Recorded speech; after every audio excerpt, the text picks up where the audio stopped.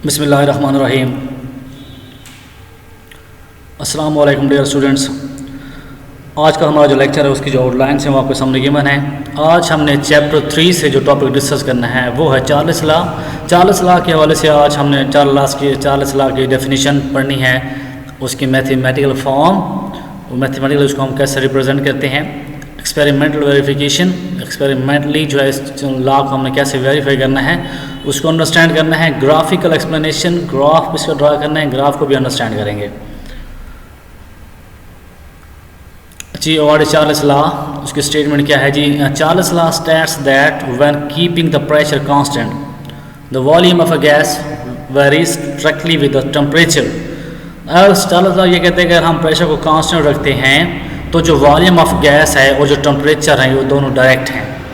इसको हम ऐसे भी डिफाइन कर सकते हैं, the ratio of volume to temperature remain constant और same amount of gas at same pressure. अगर प्रेशर सेम रखते हैं और गैस की अमाउंट आपके पास फिक्स है तो जो रेशियो होगी वॉल्यूम टू टेम्परेचर रेशियो हमेशा कांस्टेंट होगी, वो कभी चेंज नहीं होगी।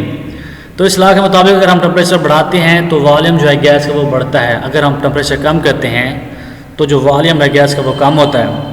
कंडीशंस क्या है, किन कंडीशंस के अंदर ये जो लॉ है ये वैलिड होगा? प्रेशर आपने कांस्टेंट रखना है, नंबर ऑफ मोल्स भी कांस्टेंट रखने हैं। अगर ये कंडीशन आप मेंटेन करते हैं तो जो रिलेशन होगा वॉल्यूम का टेम्परेचर के साथ वो डायरेक्ट होगा।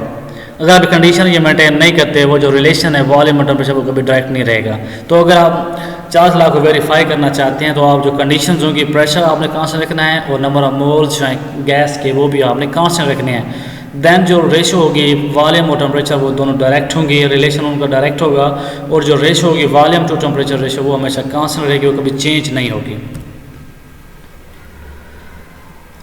Mathematically form of Charles law, mathematically हम इसको कैसे रिप्रेजेंट करते हैं? Volume is directly proportional to temperature. आप इसको ऐसे भी लिख सकते हैं, अगर हम क्या करते हैं यहाँ पर कांस्टेंट यूज़ करते हैं, प्रोपोर्शनलिटी साइन को खत्म करते हैं तो कांस्टेंट यूज़ करेंगे और जो टेम्परेचर उसको इस तरफ लेके आएंगे तो ये बनेगा volume to temperature ratio that remain constant K. The K is a constant that depends on the pressure of a gas, the amount of gas and also unit of volume.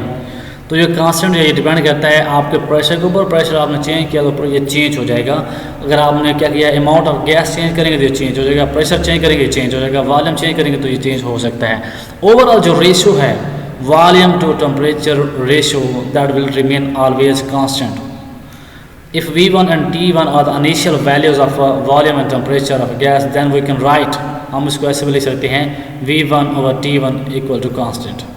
इस तरह अगर हम कंडीशन चेंज कर देते हैं, if the temperature is now change from T2 and volume is also change from V2, then equation हम कैसे लिखेंगे V2 over T2 equal to constant. तो इसके राइट साइड पे भी कांस्टेंट है, इसके राइट साइड पे भी कांस्टेंट है। अगर हम दोनों इक्वेशन को अगर हम लिखना चाहे कंपैरिजन करें तो कांस्टेंट लिखने की ज़रूरत नहीं है। तो V1 over T1 equal to V2 over T2, तो इसको हम ऐसे लिख सकते हैं V1, इसको हम इस तरह लिख दें V1 T2 equal to V2 T1। तो ये इक्वेशन, ये भी चार्ल्स लॉ इक्वेशन की इक्वेशन है, ये भी इक्वेशन है, ये भी इक्वेशन। तो ये आपने इक्वेशंस को माइंड में रखना है। तो देखना ये जो टेम्परेचर है वो कहाँ से हम कहाँ तक लेके जाएंगे कि चार्ल्स लॉ जो है वो वैलिड होना चाहिए। तो टेम्परेचर हमने क्या करना है चीज़ 0 केल्विन से स्टार्ट करना है, -273.15। तो ये जो ग्राफ है मतलब यहाँ से अगर टेम्परेचर देखें ये -300 है, तो यहाँ से अगर हम देखते हैं -273 पे यहाँ पे तो वॉल्यूम हो जाता है 0। जब अब यहाँ से टेम्परेचर बढ़ाना शुरू करेंगे तो जो वॉल्यूम है वो बढ़ना स्टार्ट होगा, क्योंकि ये जो टेम्परेचर है दैट इज एब्सोल्यूट टेम्परेचर। इस टेम्परेचर पे जो वॉल्यूम होता है वो 0 होता है। अब इस पे वॉल्यूम 0, जब आप यहाँ से इसको इंक्रीज़ करना स्टार्ट करेंगे टेम्परेचर को तो जो ग्राफ होगा वॉल्यूम का वो इंक्रीज़ होना स्टार्ट हो जाएगा। तो ये दोनों डायरेक्ट हैं। टेम्परेचर कम करेंगे वॉल्यूम कम होगा, टेम्परेचर बढ़ाएंगे वॉल्यूम बढ़ेगा। Experimental verification of Charles law, constant pressure condition आपने कांस्टेंट रखनी है, टेम्परेचर जो है वो प्रेशर जो है वो हमने कांस्टेंट रखना है।